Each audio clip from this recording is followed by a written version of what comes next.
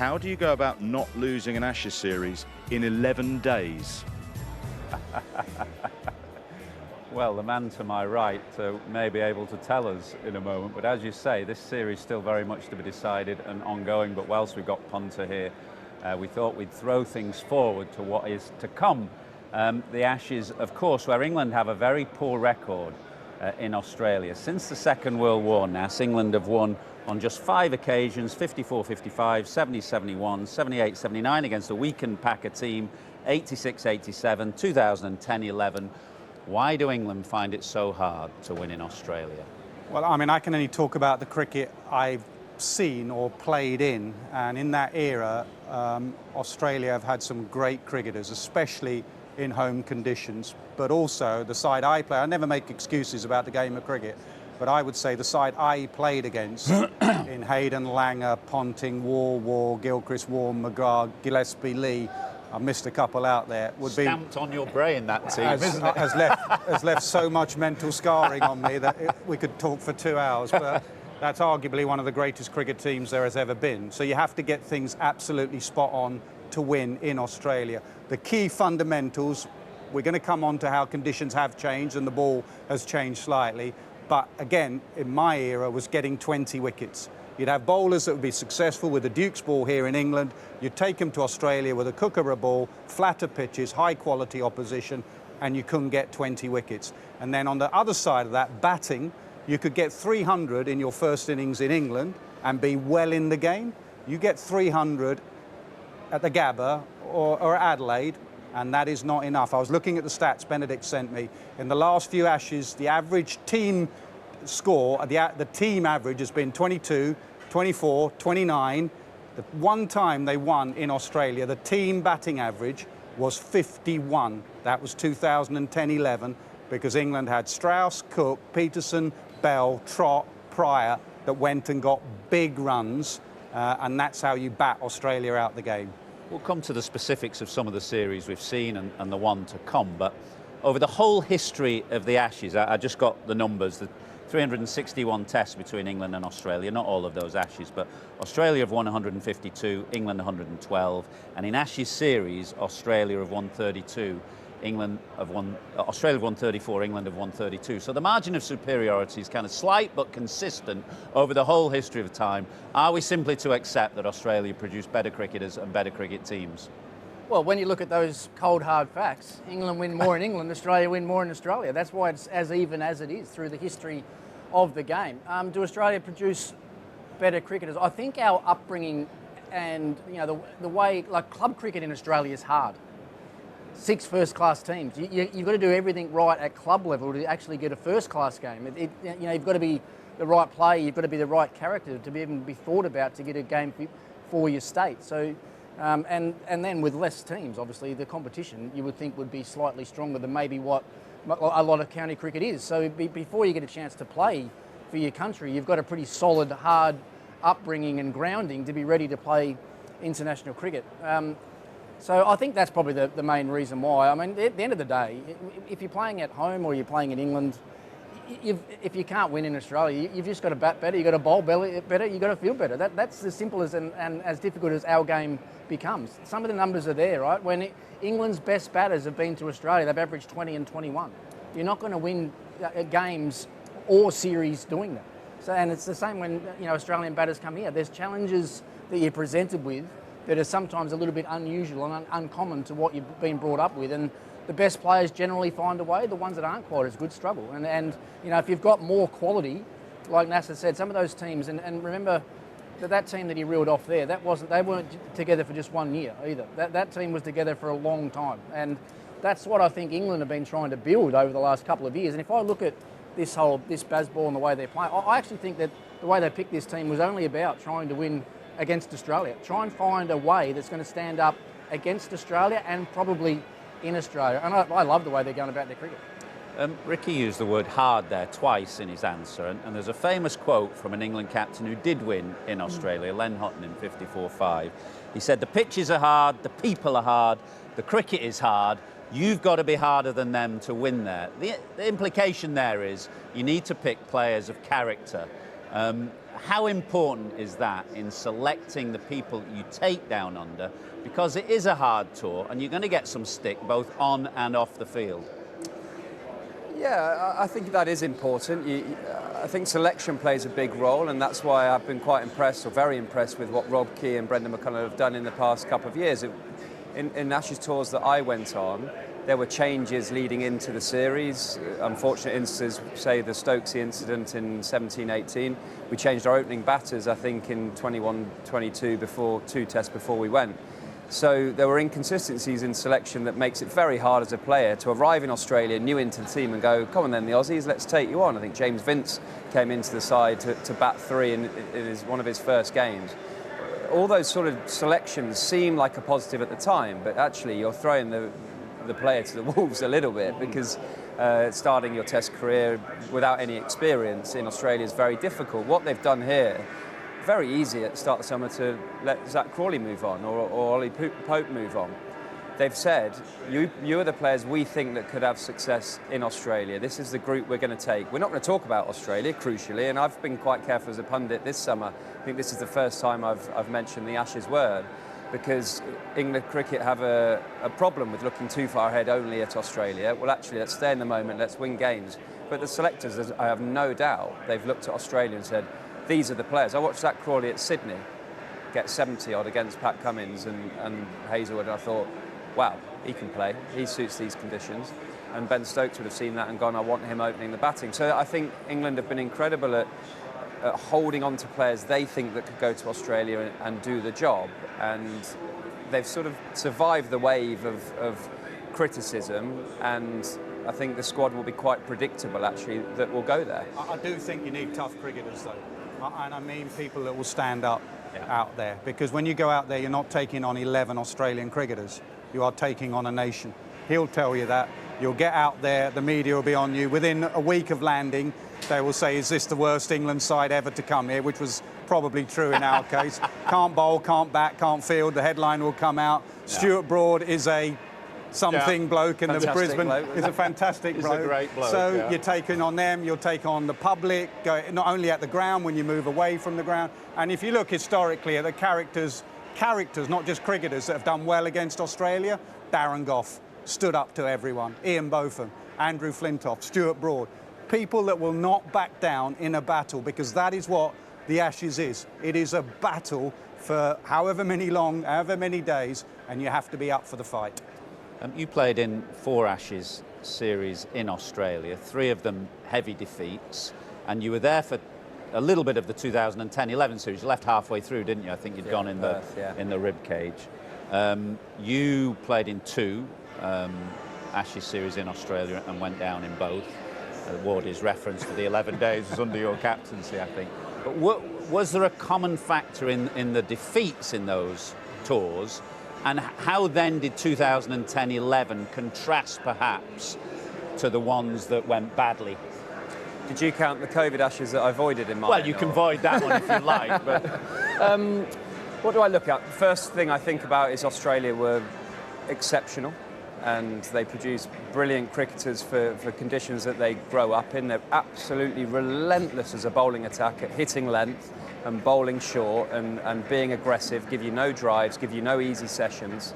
They have batters that don't just get 60 or 70, they get 180, and they don't want to give it away. They realise that first innings runs are your currency, and they keep coming at you every single day. So you need a squad that can front up to that, a bit like Nasser said. That is the definition of being hard, that you can turn up every day, know that Australians are going to keep coming at you. The difference in 2010-11 to the other tours I had, we were very, very settled as a team. Yeah. We played the same team. The only question mark was Ian Bell had a broken foot. He was going to come back in at bat number 6, and Owen Morgan then missed out. That was our only question mark. The rest of our team just played. And the Aussies had that transition period a little bit after great success for a long period of time, trying to find a spinner that before Nathan Lyon. The seamers were darting in and out a bit with Bollinger, Mitchell Johnson, Hilfenhaus. So they weren't really settled on that front. And of course, they're always going to have batters that do the job. So we were very settled, the Aussies weren't. And that's how I sort of, in the positive way, are trying to shape up this series. England are going relatively settled with the batting unit, Australia aren't. every other tour, we had selection mistakes, we had personnel mistakes, and Australia, you just knew the 11 every day. You turned up at the ground, you knew what they were going to do, and they were just relentless in performance. So, 10-11, sort of, it's more than we knew what they were doing. The Aussies didn't, and all the others, the Aussies knew what they were doing. But a bit of that. yeah. Fast bowling, the big chat really around this England selection panel for the last 2 or 3 years has been about trying to find a group of fast bowlers, 85 miles an hour plus. One of the reasons why they moved away from Jimmy Anderson, maybe some have said a little bit prematurely, who knows. Can you win in Australia without top-class fast bowlers, or do you need that group of fast bowlers to challenge? I think you need a very good attack. I think you need 4 very good bowlers, whichever way you want to look at that. We mentioned the spin side of it a minute ago as well. I think that's a really big part of Test match cricket in Australia. When we struggled was that transition phase that he spoke about then between Warne and Nathan Lyon.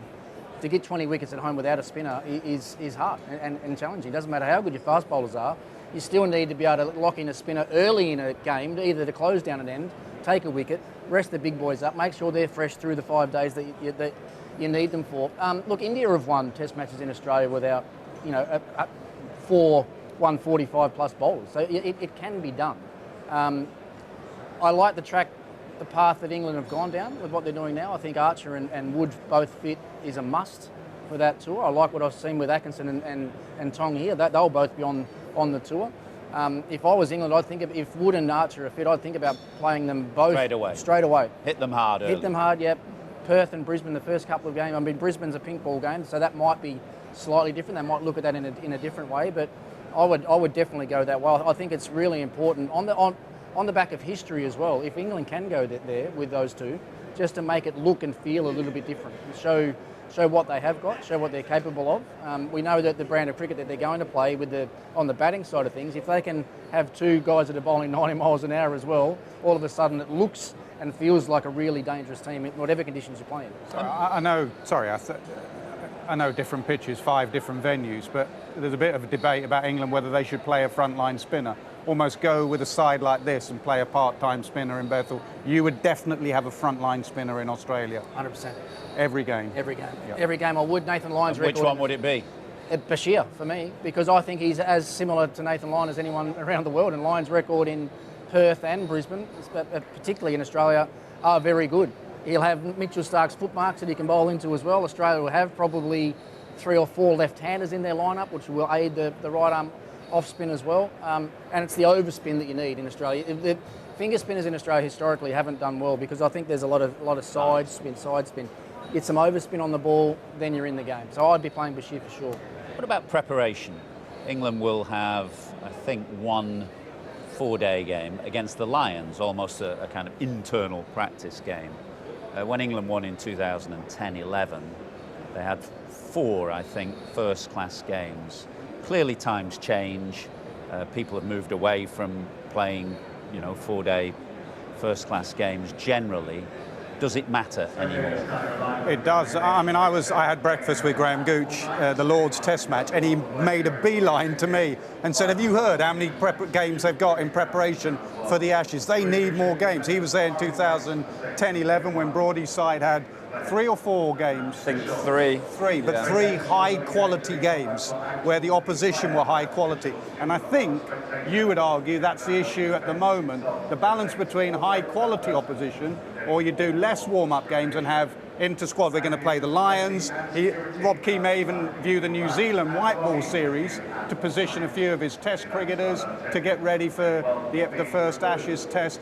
You want quality opposition, do you? Is that what you're saying? Yeah, I think England will use New Zealand to build up workloads and build up intensity. When we went in 2010-11, we played Western Australia at the Wacker. I remember Voges walking out as a fine first-class cricketer. They played, I wouldn't say their strongest team, but a strong team. Then we went to South Australia, played at the Adelaide Oval, and there was a young batter called Ferguson who had been talked about. And we flew at him. It was like Test match cricket. We were aggressive. I remember KP at Gully was just going at him every single ball. And we bounced him out and we all sort of sent him off. And we were like fired up to try and stamp an impression on a young batter that might come into the Test team. We went back on tours after that and we were playing sort of club cricketers at 75 mile an hour the week before the first test, and then Cummins comes in and hits you at 90, and there's no prep at all. So I think England now, with how schedules have gone, because there's so much cricket all around the world and you don't have the time to come to a tour 3 or 4 weeks before, I think they're right to take it all in-house and say we're going to have our own prep, we're going to get to a ground with hopefully nets and a gym and play against bowlers that we want to play against, and then hopefully you can manipulate that fixture that your bowlers are bowling against your top order batters. So Archer, Wood are bowling against Crawley and Duckett. Big tour for Joe Root. It may be his last Ashes tour, we don't know. He's never had 100 in Australia. Heard it said that, you know, in order for him to be considered a great player, he has to get 100 in Australia. Darren Lehman said that, I think. A, do you agree with that? And B, if I may, I mean, you, for example, had a relatively modest record in India, but nobody would doubt your credentials as a great player. He doesn't need 100 in Australia to be a great player. He's a great player. He's at 13,500 runs. I think that says enough, doesn't it? It'll happen. It'll happen this summer, I'm sure. The way that he's batting, it's obviously. I mean, he's got 80s and 90s there. We're talking, 10 runs here and there. The difference between a 90 and 100. Look, I think he's a big key, to be honest. He's going to be a massive key for that whole tour as far as England's concerned. If he can get over the mental hurdle of not having got 100 in Australia, I'm sure that's all it is. When it's nothing else. I think we know how Australia will bowl, and where they've bowled to him in the past, they've tried to push him back, they've tried to trap him on the crease. They want him hitting that back foot punch through point. That's what they want with the extra bounce in Australia. They think they can get him out that way. But look, he's a star, has been for a long time, and I think he will make runs in this tour because I think he's a better player now than he's ever been. He'll be better equipped for Australia now than he's ever been before. Even just talking to him last week, the way that he thinks about his batting, the way that he prepares himself for every game and every tour, he'll make 100 in Australia. You had a bit of a dart back at David Warner yesterday on social media. If we look at what David Warner said about Joe Root, he's going to have to take that surfboard off his front leg because Josh Hazlewood will be targeting it. I mean, we can show you a couple of examples, I think, of Hazlewood getting Joe Root caught on the crease where he's looking to kind of push him back into the crease and nipping it back onto his front leg, which is actually how Mohammad Siraj got him out in this game. How do you see England's best player going down under this winter? I think he'll play really nicely. I mean, ultimately, I wouldn't say he holds the key to England being really successful there, because actually I look at Harry Brooks' game and think that he really would suit how Australia will go, how England will go in Australia. But you know, the Aussies are a very fine bowling attack. They can execute plans. They're relentless in what they do. And if you bowl those sort of balls that nip back onto off stump from outside off stump, most batters in the world get hit on the shin with those. You know, they're brilliant bits of bowling. But I think he'll have more support than he's ever had before in Australia as a batting group. Ultimately, I don't look at Joe Root being the key. I look at the opening partnership, the top three, not being 10 for 2 and Joe Root walking in. If you're 100 for 2, then that ball isn't nipping like that. You know, Joe Root played in the 17-18 Ashes tour where Australia just moved the ball more than us. And he played in the COVID tour, which was all about his leadership, dealing with off-the-field things, and on the field was just keeping the game afloat. So, you know, he got dropped in the 13-14 at Sydney. So this will be the best place he will ever be going to Australia, the best team, best batting unit he's ever been going to Australia, and I would expect him to score runs. And whether he gets 100 or not doesn't matter, really. If he gets 99, it's sort of the same, 1 run difference. Ricky, you're our man on the ground out in Australia recent years. I saw Steve Smith quote about batting conditions in Australia recently. Have batting conditions changed in Australia recently? Yes, they have. The ball's actually changed a little bit as well. The Kookaburra ball now is double lacquered. It's got a bigger seam. It's a bit more like the Duke ball than ever before. So, unfortunately, Broad, he wasn't there when you were touring Australia. Yeah, but the wickets have definitely changed. I mean, even the fact that, you know, Adelaide, the pink ball Test match, you know, have a look at Mitchell Stark's record with a pink ball. Melbourne has probably been the most difficult place to bat in the last couple of years because they were on the radar with the ICC for producing really poor wickets being way too flat. So they've now got about 8 millimetres of grass on the wicket at the MCG. So I think it's a combination. Yes, there's been more grass. Yes, the ball has changed. Top order batters have found it a little bit more difficult. But that might say something about Australia's top order through that period of time as well, because Travis said he hasn't found it too difficult. He's found it quite easy. I was going to ask about that, because there's two sides to this coin. Obviously, it's how England are going and how they will do. But secondly, how are Australia tracking? I mean, you'd quite like a bowl at that top three, wouldn't you, right now? Get my boots on now. He's sounding more like beef every day. No, we know. I said a while ago, a few weeks ago, that I thought it was the most muddled Australian top three I've seen in my lifetime, and that's just a fact, because it was Hayden, Langer, Ponting, bang, there you go. It was just very consistent. Suddenly you've got Cam Green batting through, who's a really fantastic prospect as a 5-6, I would say. And you had Marnus Labuschagne opening the batting where he's never opened the batting in the World Test Championship final. Then Constas came in, averaged 8 in the Caribbean. Khawaja, outside of getting runs in Sri Lanka, has had a nightmare 18 months. So I would say, who do you see as the top three? Because I don't know if Australia even know what their top three would be. But they will find a way, because they're Australian and they're brilliant at finding a way. But they don't have an obvious top three as it stands, I would suggest. Sorry, I'm going to interrupt there. Marnus Labuschagne, discuss. Because if I'm playing against Australia and Marnus isn't in that top three, the Marnus we used to know, if it goes Marnus, Labuschagne, informed, Steve Smith, then it looks okay. But Marnus has been out of nick. If you were coaching him, what would you be saying to Marnus Labuschagne to nail down that number 3 spot? Well, as it stands now, he's not in the current lineup. And if he does come back in, he's probably going to come back in as an opener. That's where it's sort of got to now. That's the muddle bit that Broad instead of Constas. Probably. Or instead of Khawaja, who looked all over the place in his last few Test matches. He's been pushed back, he's trapped on the crease, he's not getting forward to the ball, he's nicking the ball from around the wicket more than he's probably ever done before. Look, there's 4 rounds of Sheffield Shield cricket before the first Ashes Test match. I think those 4 Sheffield Shield games will be crucial for some of our batters, but it almost feels to me that they've gone too far. There's not enough time now, I don't think, to make any real change. I think the fact that they played Constas ahead of Labuschagne in the West Indies, that might have been a bit of a hint as to what they think is the future and what they need to do. Get him in there. I think they expected to bring Constas in the West Indies, flat wickets, not a great fast bowling attack, and get some runs and experience under his belt. Well, it went the other way. The wickets were awful, and the fast bowling attack was pretty good, and he walked away averaging 8. And a little bit like this series, it's 5 tests that will come pretty quickly, particularly the last 3. Are you concerned at all? It's an outstanding fast bowling attack, but are you concerned at all about the ability of what is an ageing fast bowling attack to get through those 5 games? They won't miss. They just turn up and play. I mean, they are, someone like Mitchell Starc, 100 Test matches. He's someone that's probably got better the last couple of years as well. At the back end of his career, they'll find a way to get through. What they've done really well over the last couple of years, have managed these guys beautifully through white ball cricket. They've played very little one-day international cricket for Australia. They played the odd 20-20 game, but they make sure they get them as fresh and as strong, particularly for big series like an Ashes series. Though those 3, they won't miss unless one of them gets hurt. We've got about 30 seconds left. Just a quick kind of sense of whether you're optimistic at all from an England perspective. I am more optimistic this time round than for a very long time, a little bit because of Australia's top 3 and batting. Win at Perth, lose at Brisbane, and then we're on.